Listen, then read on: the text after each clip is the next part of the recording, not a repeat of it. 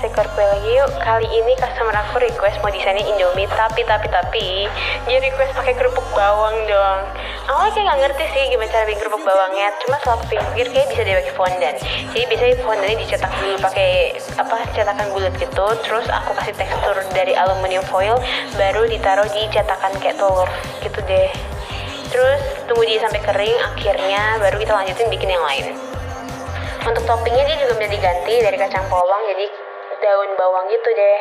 Terus yang terakhir yang paling seru adalah nempelin kerupuknya dong. Udah mirip belum sih sama bakmi goreng abang-abang? Komen ya, bye.